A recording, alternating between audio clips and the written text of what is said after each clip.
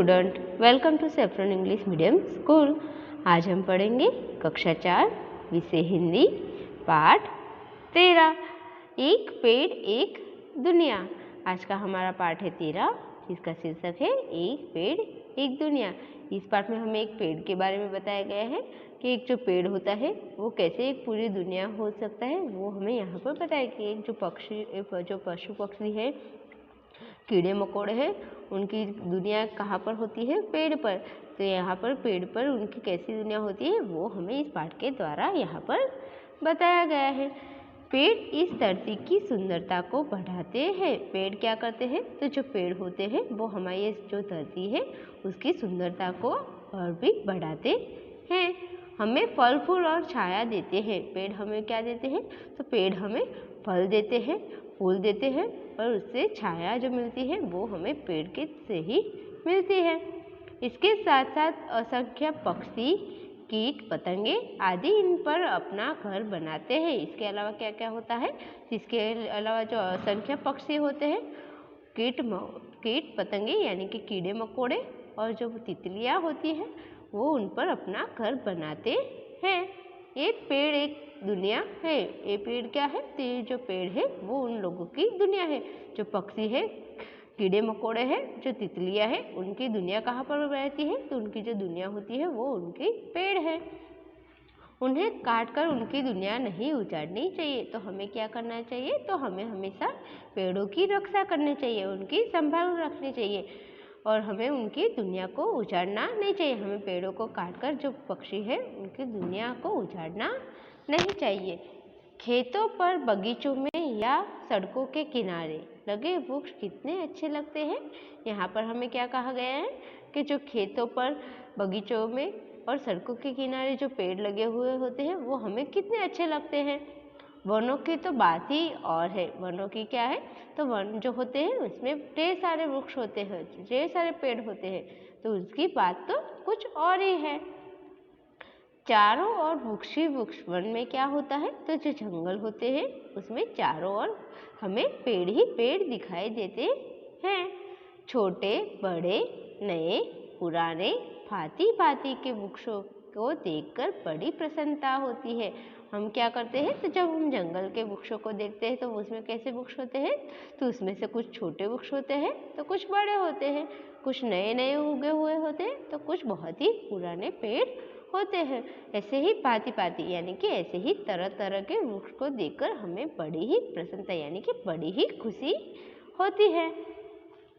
तुम्हें क्या यह भी मालूम है कि एक पेड़ एक वृक्ष की पूरी दुनिया बसती है? क्या आप लोगों को पता है कि एक जो पेड़ होता है उसमें एक पूरी दुनिया बसती है? ऐसा आपको पता था? विश्वास नहीं हुआ? बिना देखे हो भी नहीं सकता। आपको विश्वास होता है कि एक पेड़ पर पूरी दुनिया रह सकती है? तो आपको विश्वास होता है इस बात पर? तो इस बात को देखे बिना हमें विश्वास नहीं होगा। आओ किसी बड़े पेड़ के पास चलकर देखें। हमें इसे विश्वास करने के लिए क्या करना पड़ेगा? तो हमें किसी एक बड़े पेड़ के पास जाकर उस पेड़ को देखना होगा और उस पर उससे हमें थोड़ा विश्वास होगा। आओ चलकर पेड़ के पास हम देखते हैं।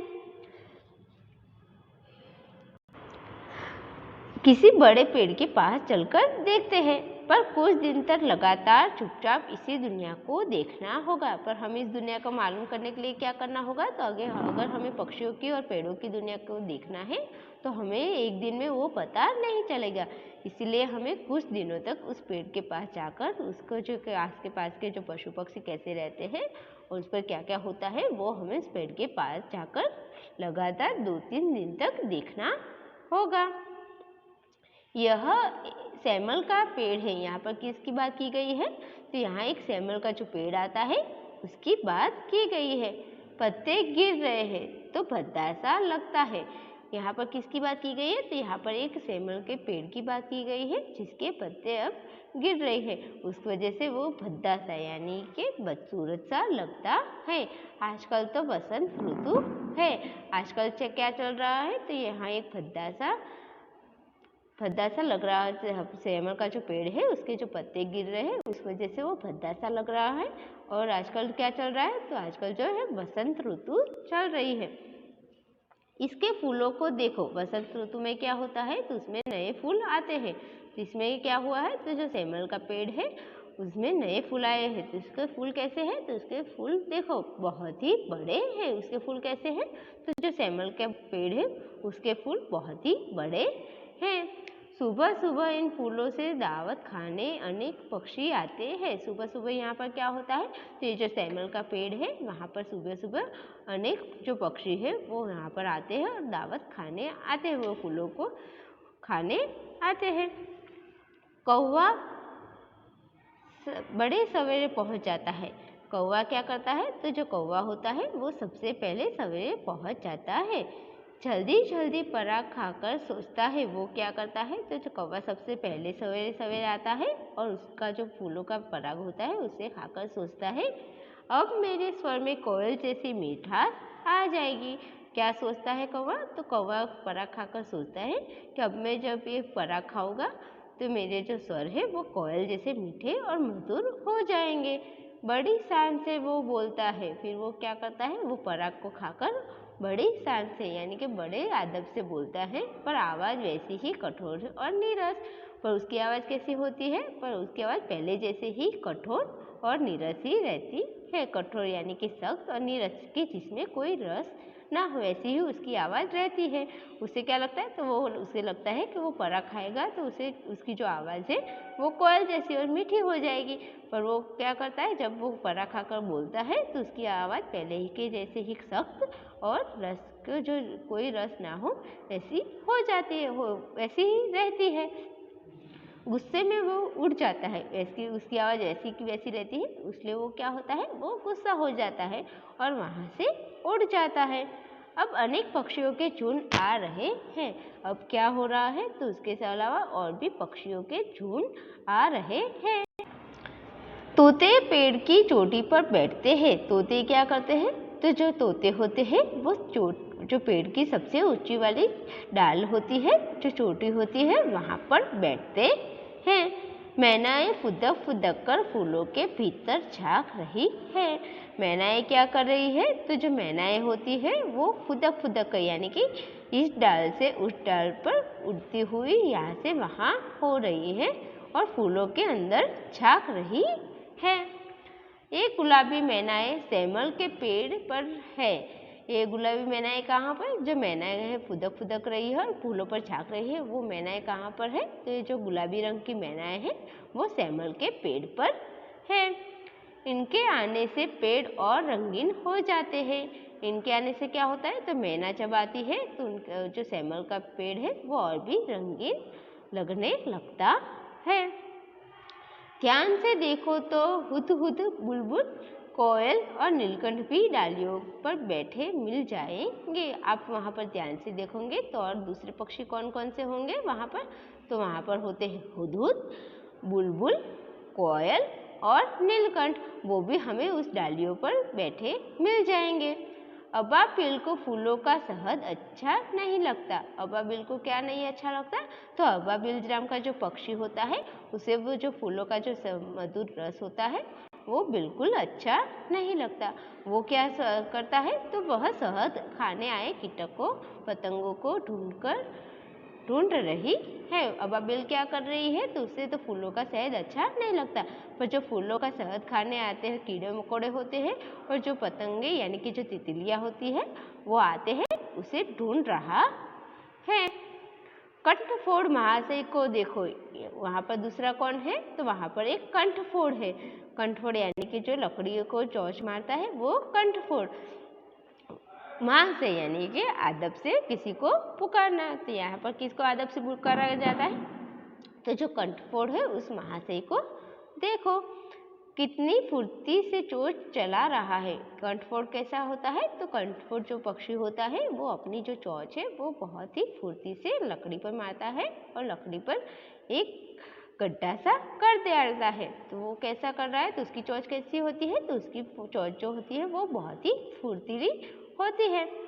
कुट कुट कुट लगता है, उसकी आवाज़ कैसी आती है तो जब वो चोंच लकड़ी पर मारता है तो उसकी आवाज़ कुट कुट कुट लगती है। पेड़ में छेद करके ही छोड़ेगा। कंठफोड़ क्या करता है तो वो पेड़ में छेद कर कर ही छोड़ता है। बात भी ऐसी है। बात कैसी है तो उसकी कंठफोड़ कैसे होता है तो कंठफोड़ पेड़ में छेद करता है, यानी कि उसकी आदत भी ऐसी है और बात भी ऐसी है। ये मोटे तने को खोदकर कीड़े ढूंढ निकालता है। वो क्या करता है तो जो कंठफोड़ होता है वो पेड़ का कितना भी बड़ा हिस्सा हो, तना हो, उसे खोदकर उसमें जो कीड़े होते हैं उसे ढूंढ ही निकालता है। पेड़ों पर ये लोग दावत खाने आते हैं। पेड़ पर ये लोग क्या करते हैं तो ये जो सारे पक्षी हैं वो पेड़ों पर दावत खाने यानी कि खाना खाने के लिए आते हैं। तो पेड़ कहता है अब उड़कर कहाँ जाओगे, यहीं कहीं घर बनाकर रह लो। पेड़ पर क्या करते हैं पक्षी तो पेड़ पर सारे जो पक्षी हैं वो दावत खाने यानी कि खाना खाने आते हैं और पेड़ उसे उन लोगों को कहता है कि अब तुम लोग उड़कर यहाँ से कहाँ जाओगे, यहीं कहीं यानी कि तुम यहीं कहीं रहकर अपना घर यहाँ पर बनाकर रह लो। चील और बाज तो 2-4 तिनके जोड़कर भद्दा सा घर बना लेते हैं। चील और बाज क्या करते हैं तो जो चील और बाज होते हैं वो 2-3 तिनके यानी कि 2-3 तिनकों को लाकर वहाँ पर छोड़कर उनका भद्दा सा यानी कि बदसूरत सा घर बना लेते हैं। कौवे का घोंसला भी सादा होता है। कौवा कैसा घोंसला बनाता है तो उसका जो घोंसला होता है वो बिल्कुल सादा होता है, पर उसका ध्यान अपने घोंसले के अधिक दूसरे के घोंसलों पर रहता है। पर उसका ध्यान कहाँ रहता है तो जो कौवा होता है उसका घोंसला बिल्कुल सादा रहता है, पर उसका ध्यान ज़्यादातर अपने घोंसले से ज़्यादा दूसरों के घोंसले पर ही रहता है। कोई दिखाई पड़ जाए तो उससे अंडे या बच्चे उठाकर खा जाए। वो क्या करता है तो दूसरों के घोंसलों में ही देखता रहता है और कोई दिखाई पड़ जाए तो उसे उसके अंडे और उसके बच्चे उठाकर वो खा जाता है। तोते पेड़ की गोखलों में रहते हैं। तोते क्या करते हैं तो वो जो पेड़ का जो गोखला जैसा होता है, जो छोटा सा हिस्सा होता है, उसके अंदर वो रहते हैं। पक्षियों की बात यहीं छोड़ देते हैं। अब हम यहाँ पर क्या करते हैं तो अब हम यहाँ पर पक्षियों की बात यहीं पर हम छोड़ देते हैं। अब हम फूलों पर मंडराने वाले भंवरों, मधुमक्खियों और तितलियों को देखो। अब हम आगे क्या देखेंगे तो अब पक्षियों की बात यहीं पर छोड़ देते हैं और अब आगे हम फूलों पर मंडराने वाले जो भंवरे होते हैं, मधुमक्खियाँ होती है और जो तितलियाँ होती हैं, अब हम उन्हें देखते हैं। रंग बिरंगी तितलियाँ एक फूल से दूसरे फूल पर मंडरा रही है। तितलियाँ क्या कर रही है जो रंग बिरंगी जो तितलियाँ हैं वो एक फूल से दूसरे फूल पर यहाँ वहाँ जा रही है, मंडरा रही है। भंवरों की गुंजार के सामने मधुमक्खियों की भिन्न भिन्न कुछ दब जाती है। भंवरों की गूंज कैसी होती है तो भंवरों की गूंज बहुत ही बड़ी होती है। उसमें क्या होता है तो उसमें जो मधुमक्खी की भिन्न भिन्न आवाज़ यानी कि मंद मंद आवाज़ होती है वो वहीं दब जाती है। पर दोनों के काम में बड़ा अंतर है। पर दोनों के काम में कौन सा अंतर है तो जो भंवरा होता है और मधुमक्खी का जो काम होता है वो दोनों के काम में बहुत ही बड़ा अंतर होता है। भंवरा तो रस स्वयं ही पी जाता है। उनके कामों में क्या अंतर होता है तो जो भंवरा होता है वो जो फूलों का रस आता है वो रस स्वयं ही पी जाता है, किंतु मधुमक्खी उसे चूसकर अपने छत्ते में जमा करती है। और मधुमक्खियाँ कैसी होती है तो मधुमक्खियाँ क्या करती है तो जो रस वो फूलों से जो रस चूसती है वो रस चूसकर वो अपने छत्ते में जमा करती है। किसी पुराने सेमल के पेड़ की डाली से आपको मधुमक्खी के छत्ते भी लटकते हुए मिल जाएंगे। आपको कहाँ पर मधुमक्खी के छत्ते मिलेंगे तो आप किसी और पुराने सेमल के पेड़ को देखेंगे तो वहाँ पर आपको मधुमक्खियों के छत्ते भी लटकते हुए दिखने जरूर मिल जाएंगे। कुछ कीटों को और देखो क्या कर रहे हैं तो कुछ और जो कीटक होते हैं, जो कीड़े होते हैं उसे हम और देखते हैं। पंक्ति बनाकर भाग रही है चींटियाँ। यहाँ पर किसकी बात की गई है तो पंक्ति बनाकर यानी कि एक लाइन या रेखा बनाकर यहाँ पर क्या कर रही है तो जो चींटियाँ है वो भाग रही है। चींटियाँ कैसी है तो छोटी, बड़ी और बहुत बड़ी भी।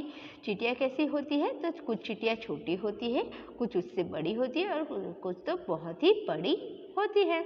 बड़ी चींटियों से कुछ सावधान रहना चाहिए। बड़ी चींटियाँ कैसी होती है? तो बड़ी चींटियाँ जो बहुत ही बड़ी होती है उस चींटियों से हमें सावधान यानी कि उनसे संभल कर हमें रहना चाहिए।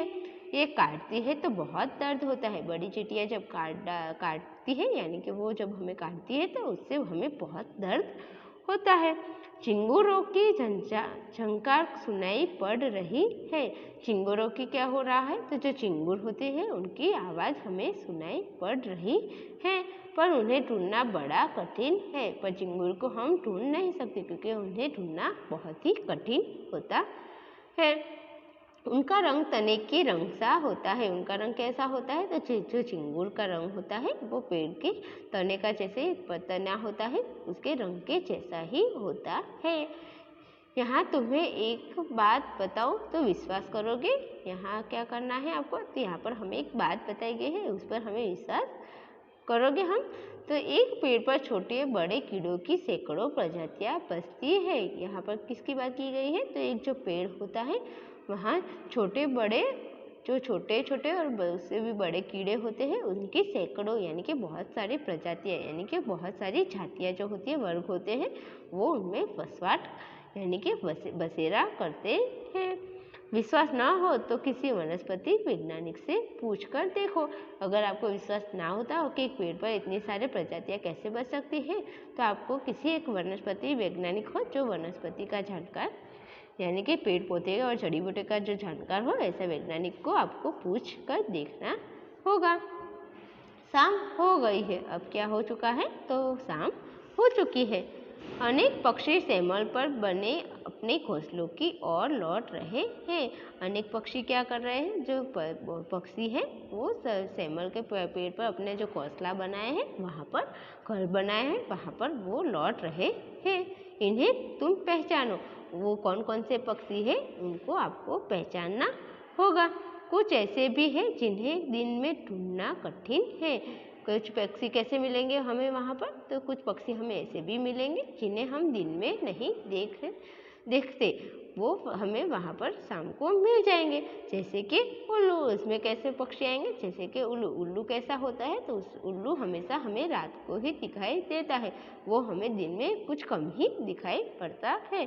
अपनी गोल आँखों से अंधेरे में ही देख सकता है। उल्लू कैसा होता है? तो उसकी आँखें बहुत ही बड़ी और गोल गोल होती है, पर वो क्या होता है? तो वो सिर्फ अंधेरे में ही सही से देख सकता है। डालों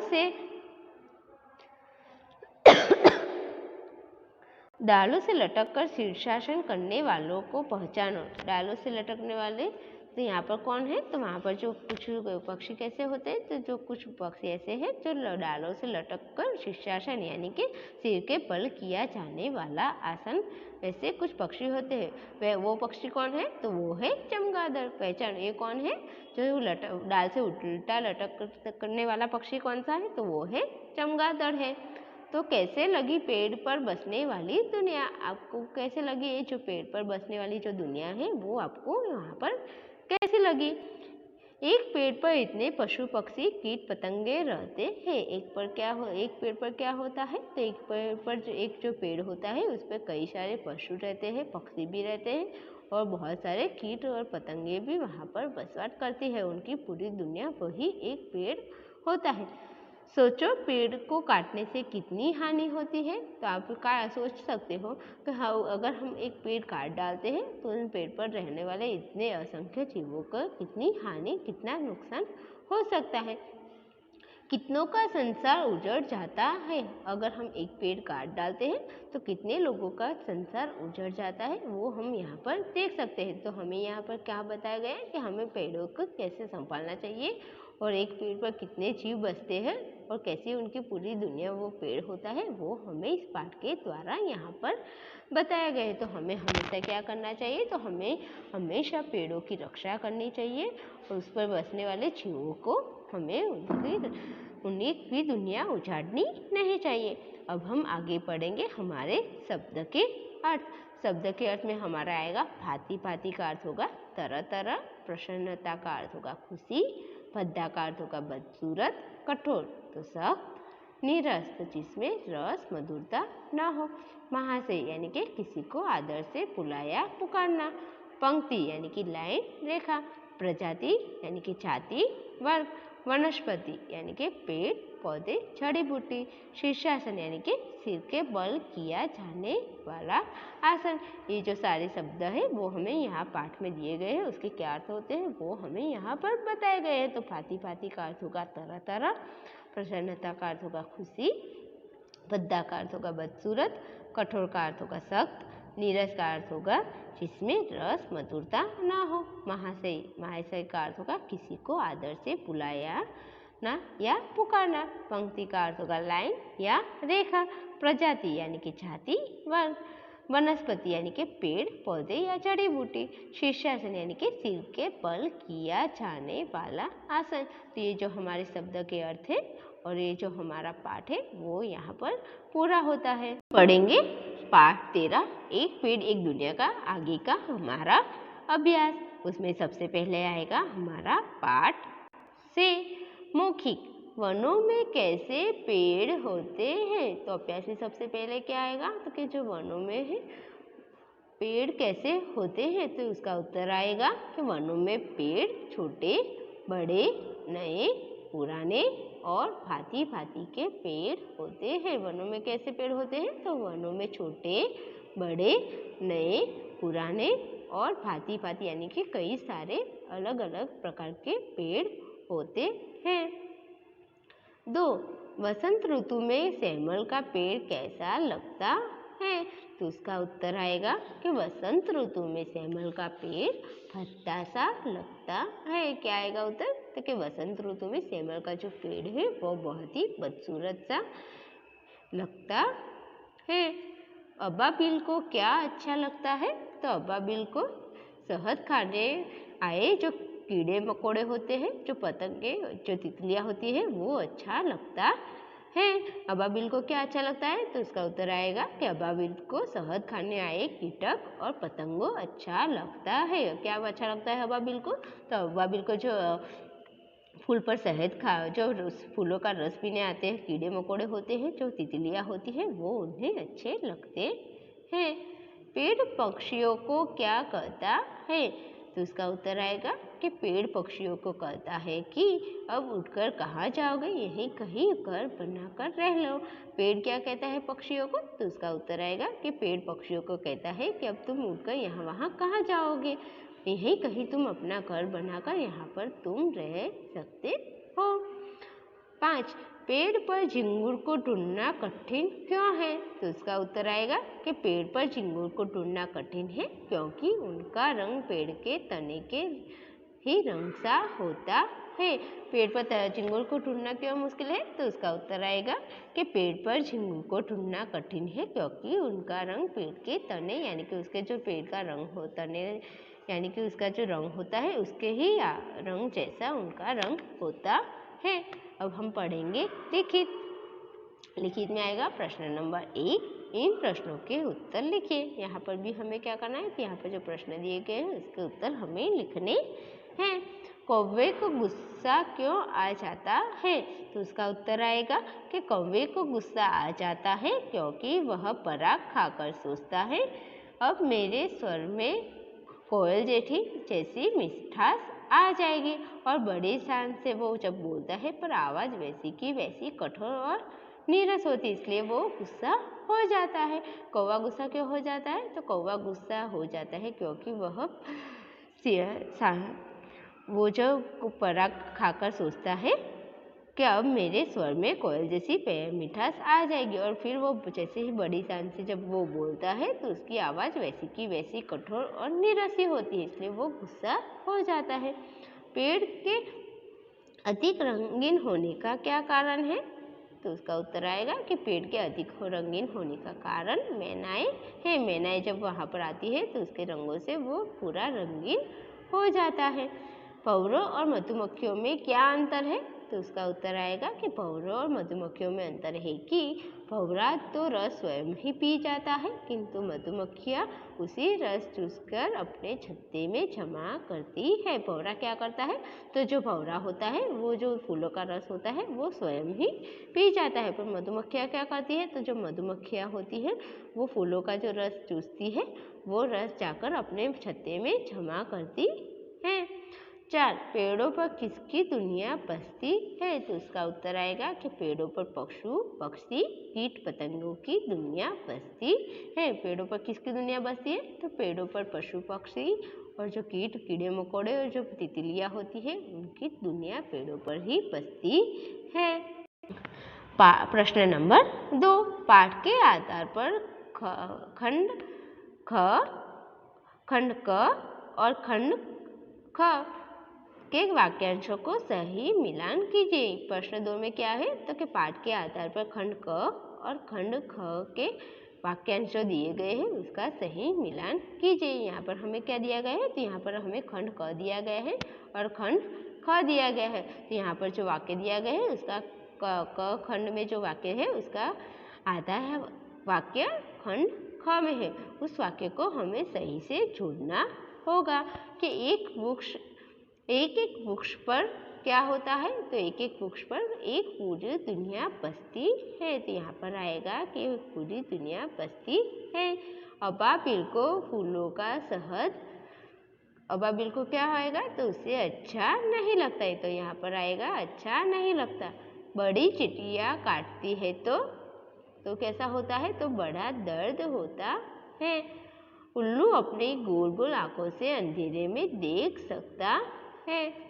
तोते पेड़ की चोटी पर बसते हैं। तो इसी प्रकार से हमें सही मिलान करना होगा कि यहाँ खंड क में कौन से वाक्य दिए गए हैं कि एक एक वृक्ष पर, दूसरा है अबाबिल को फूलों का शहद, तीसरा है बड़ी चींटियाँ काटती है तो उल्लू अपनी गोल गोल आंखों से, और 4 तोते पेड़ के, और खंड ख में है बड़ा दर्द होता है, अंधेरे में ही देख सकता है, चोटी पर बैठते हैं, एक पूरी दुनिया बसती है और अच्छा नहीं लगता। तो इसी प्रकार हमें सारे वाक्य जोड़ने हैं कि एक एक वृक्ष पर पूरी दुनिया बसती है।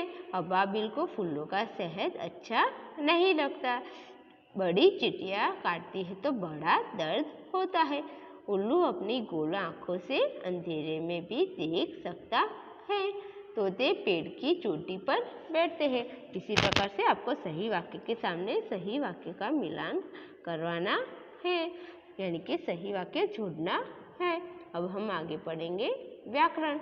व्याकरण में क्या आएगा, तो उसमें सबसे पहले आएगा श्रुत लेख के लिए शब्द, यानी कि हमें यहाँ पर सुंदर लेखन के लिए कुछ शब्द दिए गए जिससे हमें पढ़ना और लिखना दोनों है। तो यहाँ पर आएगा भांति, प्रसन्नता, भद्दा, मिठास, महाशय, मधुमक्खियाँ, तितलियाँ, वनस्पति, वैज्ञानिक, शीर्षासन।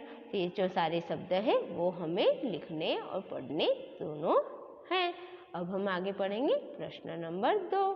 सीखें, जो वाक्यांश के जुड़ के नया शब्द बनाते हैं उन्हें प्रत्यय कहते हैं। समझिए और नए शब्द बनाइए। तो यहाँ पर हमें क्या करना है, तो हमें यहाँ पर जो शब्द दिए गए वो अलग अलग बांटे हुए हैं, उसे छोड़कर नया शब्द बनाना है।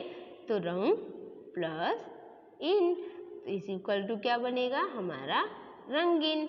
तो हमें यहाँ पर क्या करना है, तो यहाँ पर हमें रंग और इन जो शब्द दिया गया वो अलग अलग है, उनकी संधि को जोड़कर एक शब्द बनाना है। यहाँ पर जो शब्द दिए गए हैं उसकी हमें संधि को जोड़कर नया शब्द बनाना है। तो रंग plus in is equal to रंगीन। बसने प्लस वाली, तो इज इक्वल टू क्या आएगा, तो उसमें आएगा सब संधि को इन दोनों शब्दों को संधि को जोड़कर बनेगा बसने वाली।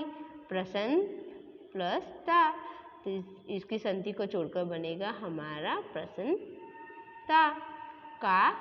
काट प्लस तीन, इसकी संधि को इस शब्द की संधि को जोड़कर बनेगा हमारा काटती। मीट प्लस आस, तो तो यहाँ पर क्या आएगा, तो इस शब्द की संधि को छोड़कर मीठा प्लस आस की संधि को छोड़कर बनेगा हमारा मिठास। जोड़कर की संधि जोड़ प्लस कर, तो इस शब्द की संधि को छोड़कर बनेगा हमारा जोड़कर। तो हमें यहाँ पर कौन कौन से शब्द मिले, तो पहला है हमारा रंगीन, दूसरा बसने वाली, तीसरी प्रसन्नता, चौथी काटती, 5 मिठास और 6 जोड़कर। इसी प्रकार से हमें सारे शब्द को बनाकर लिखना होगा। पाठ से ढूंढकर इन वाक्यांशों के लिए एक शब्द लिखिए।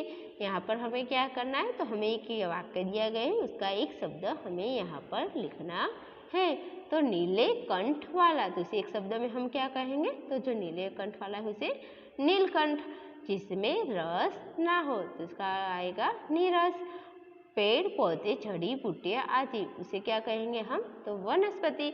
यहाँ पर आएगा वनस्पति। तो नीलकंठ का आएगा, नीले कंठ वाला का आएगा नीलकंठ, जिसमें रस न हो का आएगा नीरस। पेड़ पौधे जड़ी बूटी आदि आएगा वनस्पति। अब चौथा आएगा विज्ञान को ज्ञान रखने वाला। विज्ञान का ज्ञान रखने वाले को हम क्या कहेंगे, तो उसे हम कहेंगे वैज्ञानिक। जिसका विचार महान हो उसे क्या कहेंगे, तो महात्मा। जिसके विचार महान हो उसे हम कहेंगे महात्मा। को विज्ञान का ज्ञान रखने वाले को वैज्ञानिक। 4, इन शब्दों में से बहुवचन रूप लिखिए। यहाँ पर क्या करना है बच्चों हमें, तो यहाँ पर हमें एक शब्द दिया गया है, उसका बहुवचन रूप यानी कि जो शब्द है वो एक रूप में है और उसका अनेक रूप में यानी कि बहुवचन के रूप में हमें यहाँ पर लिखना है। तो तितली का बहुवचन रूप होगा तितलियाँ, मधुमक्खी का मधुमक्खियाँ, वनस्पति का वनस्पतियाँ, चींटी तो चींटियाँ, पंक्ति तो पंक्तियाँ, प्रजाति तो प्रजातियाँ। इसी प्रकार से हमें सारे बहुवचन रूप लिखने हैं। तितली का होगा तितलियाँ, मधुमक्खी का मधुमक्खियाँ, वनस्पति का वनस्पति, चींटी का चींटियाँ, पंक्ति का पंक्तियाँ और प्रजाति का प्रजातियाँ। इसी प्रकार से हमें सारे बहुवचन रूप लिखने हैं। इन शब्दों से वाक्य बनाइए। यहाँ पर बच्चों आपको क्या करना है, तो यहाँ पर जो भी शब्द दिया गया है उसको आपके हिसाब से आपको वाक्य बनाना है। कि विश्वास, तो पहला शब्द कौन सा है, तो विश्वास का कौन सा वाक्य बन सकता है, तो विश्वास का वाक्य बन सकता है कि पेड़ों की दुनिया, पेड़ों पर पूरी दुनिया बसती है, इस बात का विश्वास हमें देखे बिना नहीं हो सकता।